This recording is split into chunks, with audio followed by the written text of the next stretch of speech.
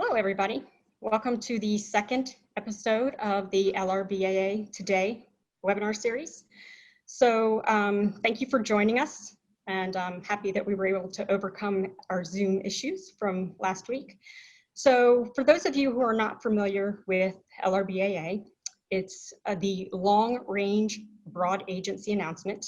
It's called Long Range because it is open for 5 years. We currently have 29 topics out there. These topics, because it's long range, are intended to be high-level, broad topics that encompass research areas under our challenges or our mission areas as DHS as a whole. So the process for this, because these are such high level, has 3 steps. And those 3 steps are intended to work through a process of determining what the interest is from DHS. So the first step is industry engagement, which is a simple 3-page white paper, a quad chart, and depending on the TRL level of what you're proposing, a potential non-professional video. The idea for this is that we want to make sure that there's something that's not a huge lift for industry to submit to us and for us to review so that we can get back pretty quickly to you whether there's interest in this proposed effort and go forward from there. If we are interested based on the industry engagement submission, it will go to a virtual pitch, which is 12 slides and 20 minutes for you to discuss what you want to, the effort you want to undertake, and then followed by a question and answer period. We're not allowed to tell you or give you guidance during this period, but I recommend if you make it to that part of the process that you really pay attention to the questions that are asked, because those are usually indicative of the pieces that we feel may need further clarification or may need mitigation in terms of risk. If we're still interested, or we're even more interested after the virtual pitch, then you'll be recommended to go forward to the written proposal. And this is the part where, hey, you're going to do the full, this is what we're doing, here's the steps, this is how much it's going to cost, this is the basis of the contract going forward if we do want to pursue that at that point. So once we get to this point, it's something we're taking fairly seriously.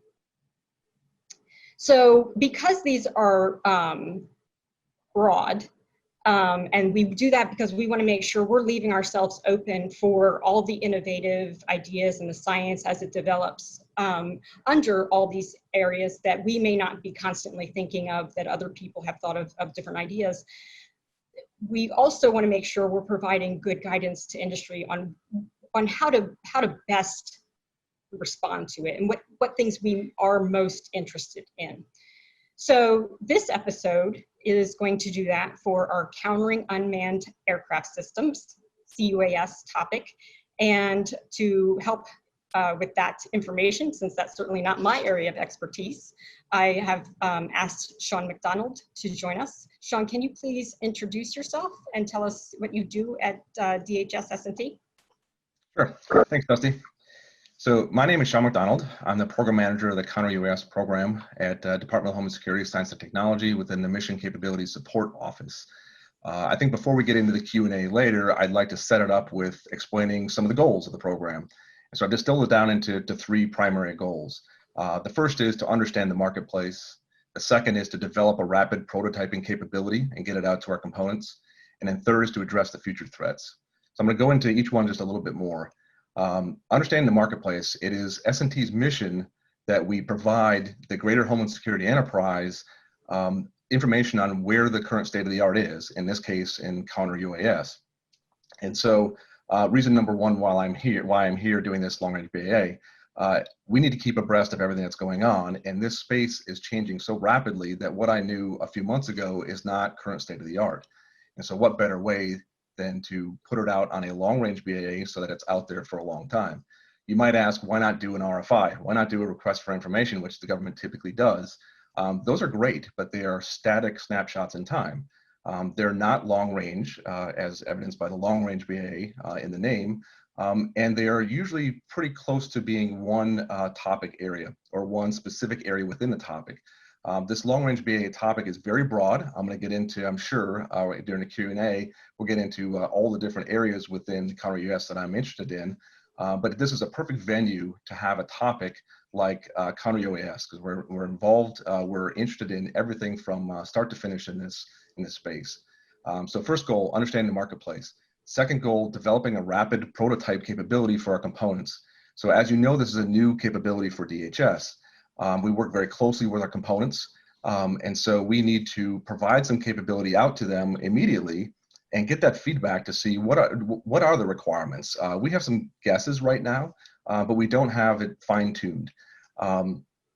Because this is a brand new capability, we don't have the legacy equipment, the legacy systems, the legacy programs of record, the legacy requirements documents. This is all brand new. And so this is the second reason why I'm here today talking to you at this webinar. I want to cast a really wide net to find everything from TRL 4 up to TRL 7, 8, 9, and across a whole broad range of topics. And again, I'm sure we're going to get into that in a little bit later. And then the third goal is to address the future threats. So we need to have a long-term strategy in place that we can identify, we can test, we can pilot these capabilities, not only for the current threat, but also looking forward into the future. So reason number 3 for being here, we have future technology challenges, and some of those are listed in this solicitation that you find that we need innovative, cost-effective solutions for. So to accomplish all 3 of those goals, we need to work very closely with our components to document their operational requirements, to identify what capabilities, what technologies can address those requirements, and then to quickly pilot those technologies and get them out into the field so that we can have some capability at DHS. And ultimately, what we do is we transition those capabilities out to our components as quickly as possible. So Dusty, sorry you asked for my name, but I gave you a whole lot more. I think it's important to scope, what we're talking about. Nope, the point of this is to provide information. So please, absolutely, please provide as much information.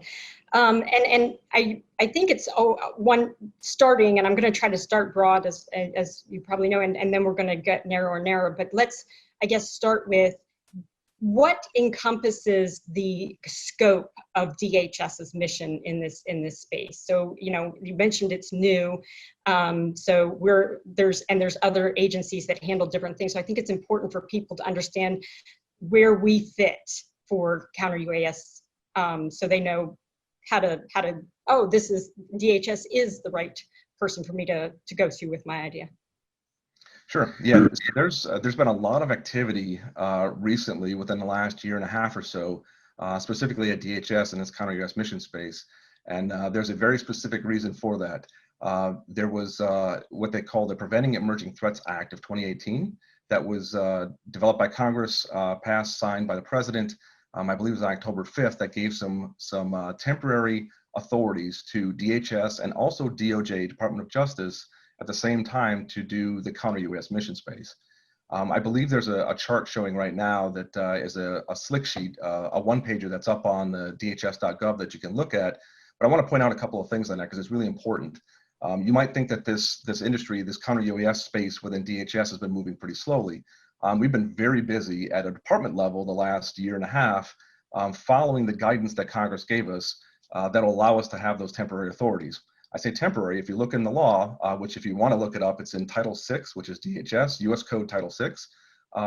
Go drill down to Section 124N, N as in Nancy, and you'll find a whole list of all of the requirements that we have to follow before we deploy counter UAS technologies. One of the things that's in that Preventing Emerging Threats Act is it says not everybody can use counter UAS, not everywhere, not whenever they want. It says that there are specific missions that are being approved. And those missions are listed on there. There's 4 national special security events. So those are things like UN General Assembly. It's like State of the Union, RNC, DNC that just occurred. Very large events that have high dignitaries at them, or a lot of dignitaries at them. Second is what they call SEER events, Special Event Assessment Rating events. Those are things like typically the sporting events, like the Super Bowl, like the World Series for Major League Baseball. Very important events where there's a lot of people. The third is mass gatherings at the request of the governor. And fourth is active federal law enforcement operations for a very small, limited amount of time. And so it is very specific to the mission sets, and it doesn't specify who needs to do those, but typically some of the components perform those missions, like Secret Service, U.S. Coast Guard, CBP, Federal Protective Service. Those 4 typically perform those missions, but it doesn't absolutely have to be those 4 components. So there's been a lot of work done over the last year and a half at the DHS level and S&T, including S&T, to make sure that we adhere to all of these guidelines put forth in Section 124N. So we've been very busy, but I can only imagine we're going to be busier in the future. Absolutely. So you mentioned S&T, and I think the next kind of question is that there is this broad mission, but not all of that is related to science and technology. So what's happening at S&T specific to this topic, which is, of course, where we work? Right. So S&T, one of the biggest challenges we have at S&T right now, being in this counter-UAS space, is balancing the investment between the threat that we have today and the threat that we're going to have 6 months, a year, 5 years from now.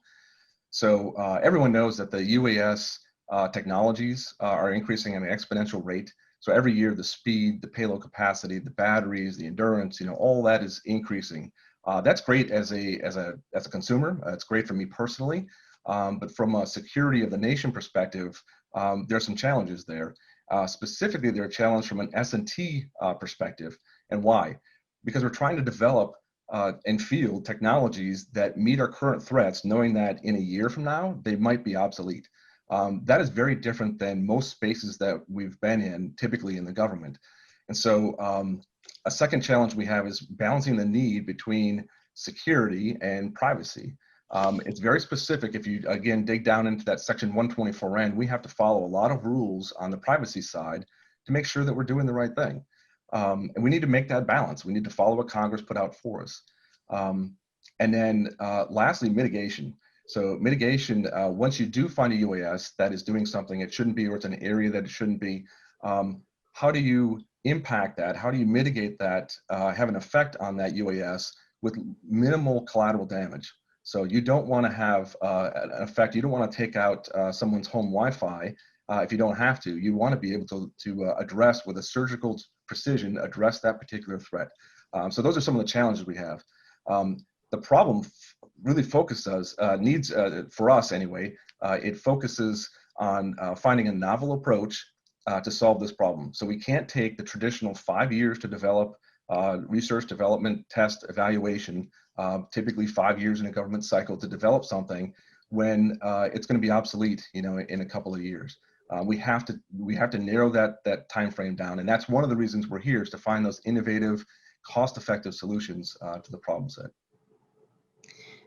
Great, lots of great information there.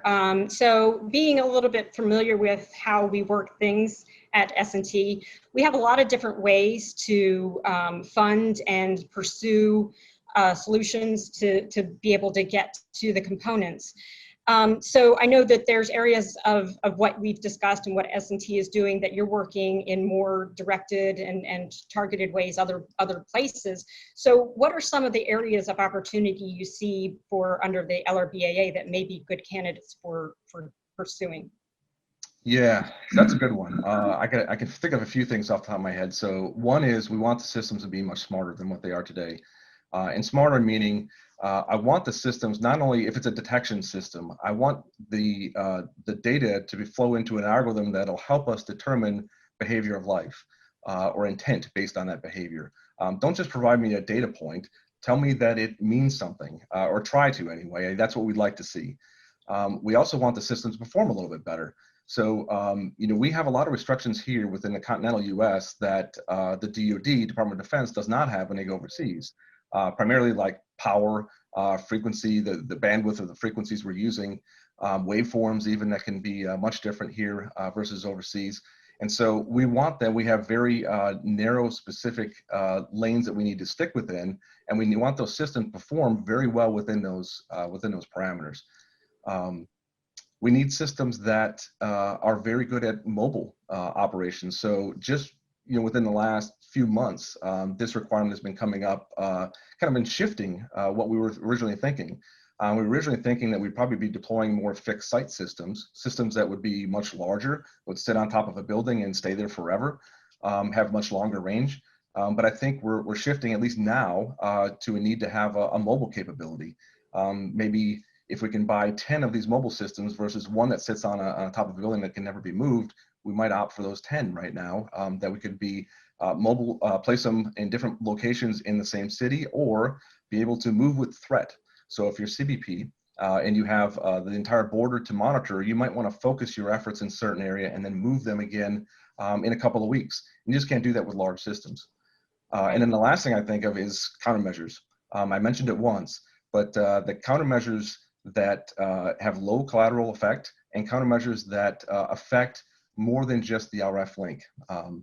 So we're interested in kinetic, but very low collateral effect kinetic, if that makes sense. So we have to go across the full mission space. We have to solicit ideas across everything, which is why we're here today. I think in the solicitation you'll see on the website, there's a whole bunch of rough guidelines on where we like to take things for detection ranges, for accuracies. Those are not requirements. Those are goals. Those are challenges. So please take it as such. So that's just a quick sample, Dusty. There's a whole lot more. There's more on the website, and I don't want to take up any more time today going through those. Okay, so I think that's good information. I'm really happy you mentioned that those are goals, because I think it's important for people to understand the difference between where we're trying to get, both in terms of, okay, this is what they want to make happen, but also make sure that they understand, okay, get as close as you can to those things. This is where we're trying to go. And I also like the fact that you made the distinction of, I've worked at NavAir for many, many years. We did UAS stuff. When I came to DHS, I was like, well, we did that at Navy, and I think it's important for folks to realize there is different requirements. So taking a already existing effort, we're not duplicating stuff. We work with other agencies to make sure that we're leveraging those things. But it also kind of speaks to me on the LRBAA is very broadly open to a wide set of industry and FFRDCs and lots and lots of other folks that can propose. I think that knowing that these things are not necessarily just out there and we're just looking for somebody to pop up, it really shows that we're open to non-traditional performers as well, folks that have not necessarily worked with the government before. Can you talk a little bit about how we're open in this area to those? Sure. Yeah. So a couple of ways. One is, I believe in the solicitation we're asking for TRLs as low as 4. So something that you have working in a lab, but maybe that has never been out in the environment. And the reason I bring that up is because the lower TRL technologies typically afford you more flexibility and opportunity for the non-traditionals, the ones that do not have a full-up system or don't have a lot of money to have gone out and done testing. You can come in with just a proposal, an idea, something that you have in your head that maybe you have a breadboard prototype put together, but you just don't have the time or you didn't have the money to go out and test that. So we're casting a really wide net for a lot of those out-of-the-box ideas, and ones that are at the low TRL and also at the higher TRL. I will also tell you that over the last 12 months, we've recognized that there is no silver bullet in the counter-UAS space. We haven't found one system that satisfies all the requirements that we have, which is no surprise. But the reason I bring that up is because the approach that it funnels us down towards is a system of systems approach. So we're not necessarily looking for one system that'll address everything.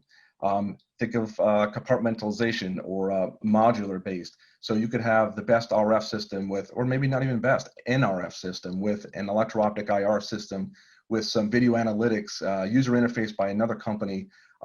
We are going to take the approach, at least over the next couple of years, of a system approach. So that opens it up to a lot of those non-traditionals, the ones that might be very good in one specific area, but they just don't have the resources as a company to go out and create the detect, the track, the ID, and also the mitigate piece. So we're looking across that full spectrum. And I talk a lot about the hardware. I want to make sure that I emphasize it's not just about the hardware. So video analytics, anything that can help the agents, the officers, the operators, so that they don't have to have their eyes on the screen at all time.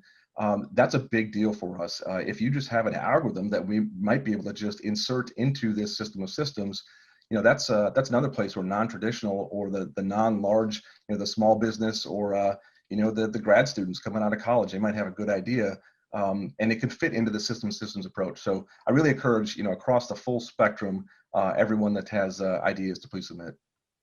Great. And I really like how you sort of explained the integration piece of, we're looking at the different pieces of this, so you don't have to have the full system. Coming to us with your ideas on particular capabilities is great. So I think it's great when we're as inclusive as can be in who we're reaching out to make sure we're getting the best ideas, make sure we're leaving ourselves open for those submissions. Some of the challenges that come with that sometimes are we still have to make sure that we're meeting the requirements. So the most fantastic on the paper, wild and crazy, but really neat science idea may not actually transition because of other issues, other things that requirements it needs to meet. So in the light of trying to make sure that these non-traditional performers or folks that are new to working with DHS know where to start looking for information or how to make sure they're going to be able to meet the requirements to be able to transition, can you talk about what they should pay attention to for transition?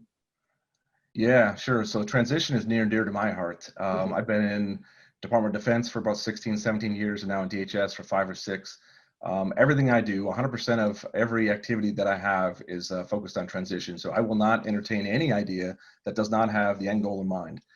Transition is very important. If we cannot get that to the end zone, if we can't get it out to the components, the agents, the officers, the operators, then we shouldn't even start. So we have to have that first and foremost. One of the things that I see a lot in the SBIRs and long-range BAAs that come in, the proposals, is that they don't really think through the operational testing piece, because for us to successfully transition, we have to operationally test this and make sure it's working in that operational environment. And so I'm not necessarily saying you have to operationally test it yourself and then hand it over to us. In fact, I don't want that. I want a partnership there. I want to see in that proposal that you talk about having to do the operational testing and that you want to partner to do that last piece to make sure that we have the agents, the officers, the operators that are going to use this equipment, give them some time to use it and get that feedback back to you while we have RDT&E money to make those changes so it'll be useful. And it's not just the testing, well, not just field testing, it's also cyber testing. Just about anything that we have nowadays is got some chip, some computer inside of it. So think cyber.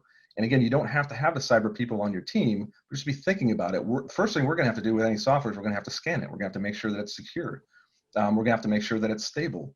So think about the cyber, the field testing. And then the last thing that I want to mention is we work very closely with the FAA because many of the technologies that we work with are radio frequency based, RF based. And according to Section 124N in the U.S. Code Title VI, it says that we have to coordinate with the FAA on all the equipment that we're using so we don't negatively impact the national airspace. It's very important to us. We meet with them every Wednesday, in fact, to go through exactly what we're doing, where we're going to do it, what the equipment is. And so test results of the RF. So if you have something that's actively transmitting either to detect or to mitigate, I would love to see test results. I don't want to just see there's a center frequency at a certain number. I want to see what that waveform looks like. I want to see what the power level is. I want to see if there are any harmonics out in areas that potentially impact the national airspace. And I believe someone that's on this webinar can post. There's a link that the FAA has where they're the common frequencies that they use. Now, don't take that and think that those are the requirements to stay away from those areas. It is absolutely okay to be in those frequency areas. We just need to coordinate with the FAA. In fact, I think if you created a system that stayed out of those frequencies, it probably wouldn't be any good. You need to overlap in some of those, but just have the data. That's the reason that we need the data on those actively transmitting systems. So the last thing on transition, again, near and dear to my heart, when we sign a contract through Long Range BAA or any other contract for any of my programs, that's a contract between me, the PM, and you, the vendor, to take this from concept to transition. So we're in it together. It's very hard to transition. It's very hard to understand how the government goes from having a technology and then getting it out in the hands of the operators and agents and officers so that they can use it in an enduring capacity. That's my job. I will help you with that. Just know that scope it out, put it in the proposal that you're thinking about it, that you want to take steps going towards that. So you want to do the operational testing, you want to do the cyber testing. In this case, you want to do frequency or power if you have an RF emitter. So Dusty, there's a lot I can say on this topic. I'll probably stop now. No, oh yeah, and I mean, talking about transition, that's obviously a huge topic, and it's tough for anybody. So of course, you know, a smaller player coming in, I love the fact that you mentioned, hey, we're not necessarily expecting you to be able to carry out the operational testing and or understand all the pieces of it for transition. But I think it's important to understand that it exists to plan for it, like you said, and oftentimes folks set themselves up to be excited and geared for the R&D, and then they want it to then just pop right into the user's hands. We'd love for that to happen too, but understanding those other steps, but make sure that you're aware. This is a little bit of a road we're all going to have to be prepared to go down. So I think it's important to do that. So and you touched on this in your last, is like, hey, make sure that you're showing that you're thinking about operational testing. There, like I said in the beginning, there's 3 parts to the LRBAA submission process. The first part is they've got to get your attention. They've got to give you the information that helps you to be able to decide, this is a great idea, let's pursue this. So, you know, while we're making it try to make it a light lift for both sides, that's a little bit tricky on how do I make sure I present that key right information. Do you have suggestions for them on how to concentrate on the information that'll help you be able to make that determination? Sure. So I guess if I would summarize all the suggestions into one thing, don't be afraid to be too technical in the proposal. You know, we have smart people on our side that are standing by to review these proposals. For the what's the first one called? Industry engagement. You only get 3 pages. And so don't take a page telling me about how great the company is. Tell me about what your proposed solution is. So I would say at the industry engagement level, what are you trying to solve? Why is it better than everyone else that's on the market right now? And then why should I believe you? You know, that's enough for 3 pages, but it lets us know that you've thought through where it fits in the marketplace, what's your value add, if you will, for the problem. And then when you move on to, if you move on to the virtual pitch, you get a little bit more time. I would say at that level, I want to make sure that you've at least thought through the problem set. You have mission and operational relevance. You have a clear, concise, technical approach laid out. Probably this one at this stage, I want to see that you've been thinking about affordability. It's very important in DHS to address affordability. We don't want to go down a road to prove out a technology that will be unaffordable in the end. And then at the last one, the written proposal, I would say probably the biggest thing to add, risk. Take a minute and think about the risk. I love to see proposals that really think through where they think the friction points are and how they're going to mitigate those. Are you thinking about the timing of the various pieces of the project? Remember what I said before about, you know, if we design something today, it's probably going to be obsolete in a year or two. If you have more than a 1-year proposal, make sure that you have incremental deliveries of some type of capability that we can test. I'm not going to go for a proposal that's 3 years long and we don't see anything until that 3rd year. It's just we don't have the time. This space doesn't afford it to us. So those are some tips, Dusty. And that perfect segue into the next question. One of the questions I get often asked about LRBAA is that we send it out and then we don't have funding thresholds. We haven't told anybody, hey, this is the threshold that you should try to get under, or this is what you can expect in terms of funding. And I try to explain that depends on what you're proposing. So, and I always try to give examples, but under this topic, I'm sure you have better examples of that than I do. Sure. So yeah, I mean, that's the question that we always get asked, and I'm going to give you a typical engineering answer. It depends. Yes. It could be anywhere from $50K for an algorithm that is already exists in the DoD. You just need to modify it or prove it out in a couple of months of period of performance, all the way out to 5 years and 25 million. We've done both, and a number of them on each side. I would say the typical level is probably in the hundreds of Ks per year. And then keeping in mind what I said about we need to be fast on these technologies. If it's going to be a multi-year proposal, make sure we have incremental deliveries of something every 6 to 9 months. So just remember, that threat is evolving every month that we sit here and we develop. So we got to be quick, otherwise it's going to be irrelevant by the time we get there. So unfortunately, Dusty, there's no sweet spot. It really depends on what you're doing. And remember also that we're looking at a system of systems approach. So it could be an algorithm for 50K, and it could be a full system that maybe is just modified from a DoD use that's at the tens of millions level.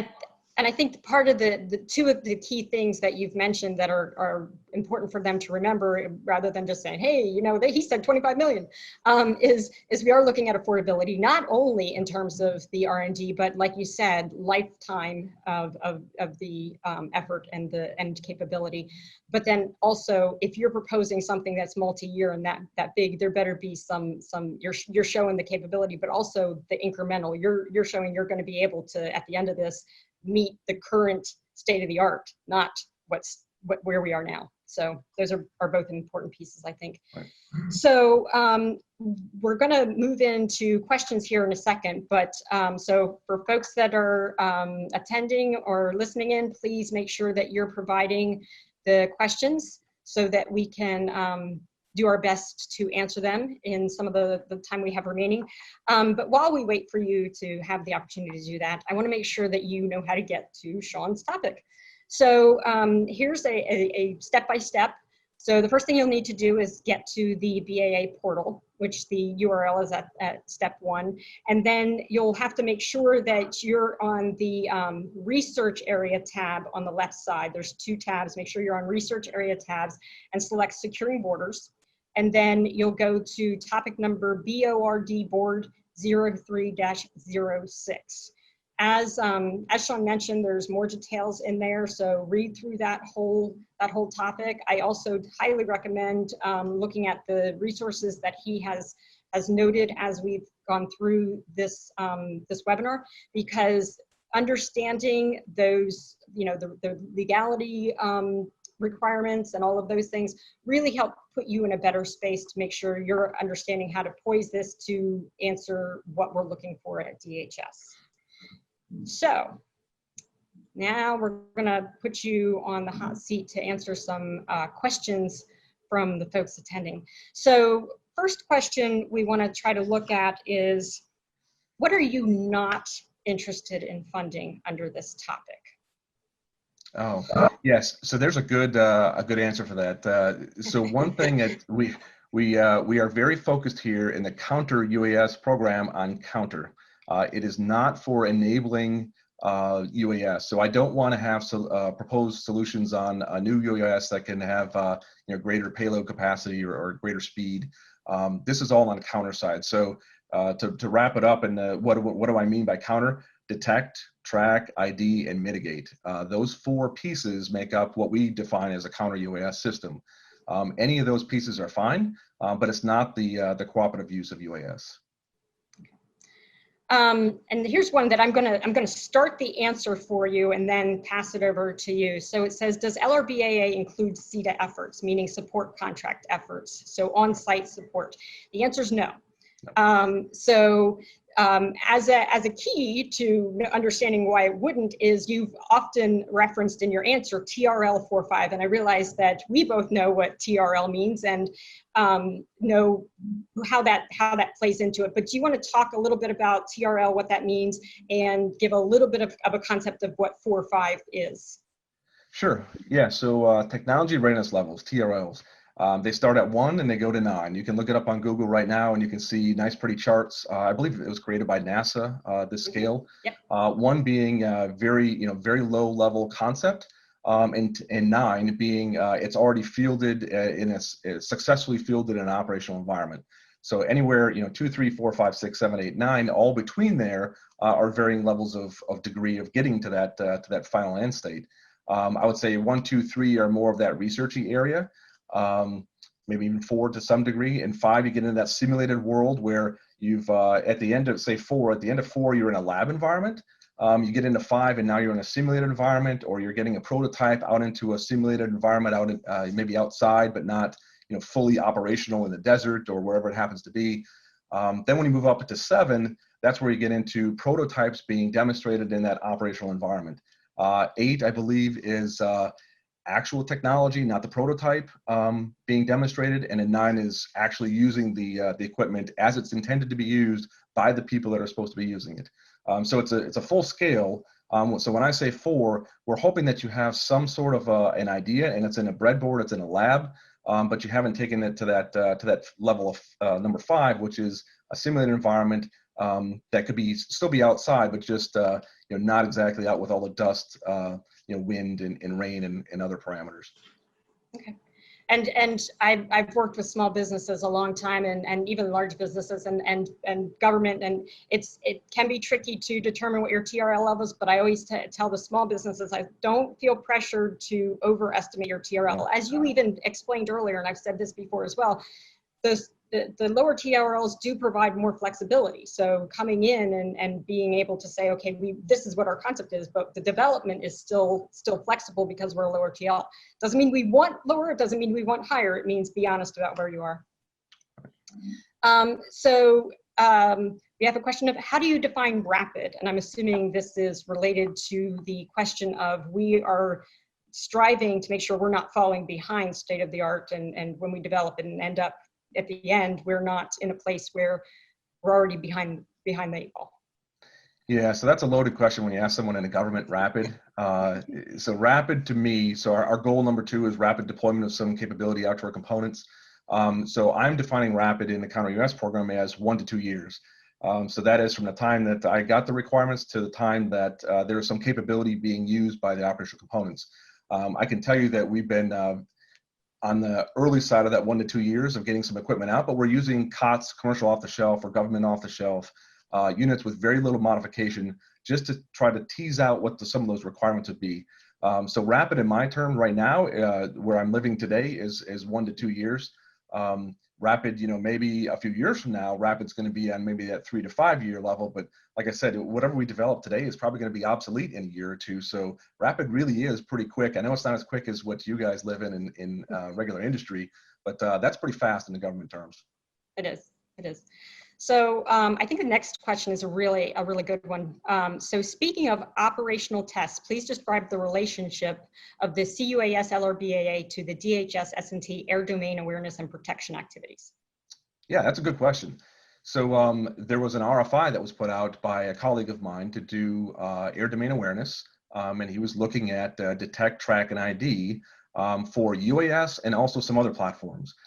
So obviously we are going to leverage all of that data that he is collecting from those systems to inform us on the detect, track, and ID part of counter UAS.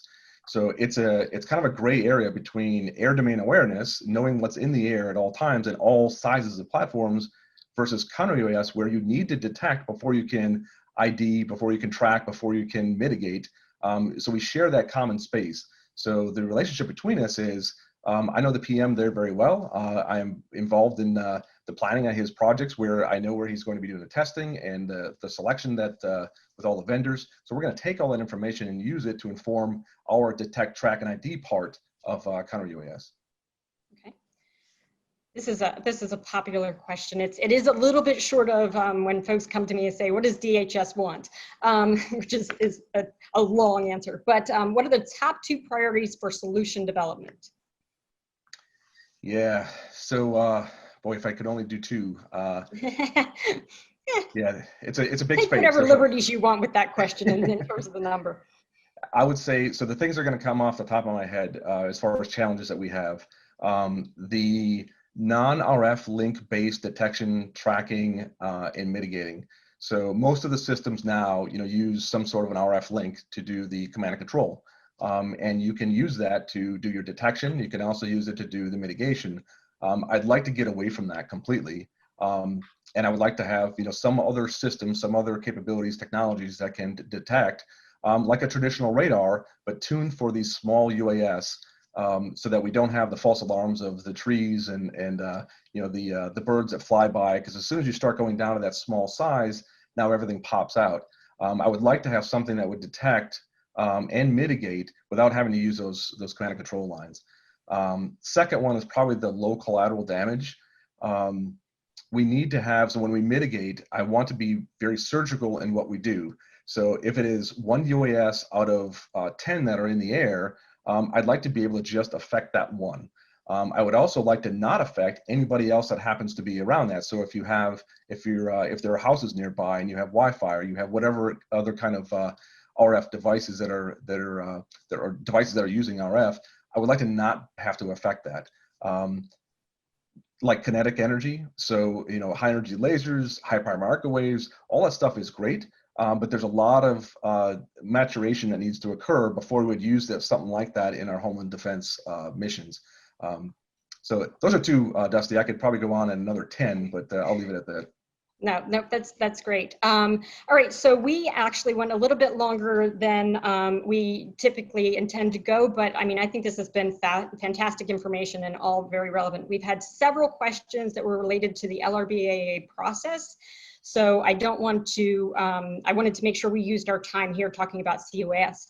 What I would recommend is to folks that were not able to get their question answered, especially those related to the process, please email lrbaa.admin@hq.dhs.gov. It's at the bottom of the screen right here. A couple more notes before I ask you, Shawn, about any final thoughts you may have, is that please don't email us and ask us how to get in contact with Shawn to see if he's interested in the idea. That's the industry engagement part of the process. And that our goal here today is to make sure that we're getting not more proposals, not more submissions strictly. It's that we're getting better aligned proposals to what our needs are. So please feel free to use the industry engagement as a way to contact Shawn and see about the interest. If you feel like based on what you've read and heard, it's something DHS, it's relevant to us and we'd be interested. So with that, Shawn, any final thoughts before we let people move on to the next meeting today? Just thank you, Dusty. I appreciate giving me time here today to talk about the counter-UAS mission. I think it's important. There's a lot of stuff going on in this area. There's a lot of opportunity for everywhere from the large to the small to the non-traditionals. Taking a systems approach, we're able to take the small pieces and we're able to take the large pieces. We have a lot of problems to solve. And so we're looking for some real innovative, cost-effective solutions to come out of this. So thank you. Thank you, and thanks everybody for joining us. Our next LRBAA Today is on detection canine, and that will be on September 24th at 1 p.m. Eastern Time. And so hopefully folks that are interested in that topic will join us then. Thank you, everyone. Thank you.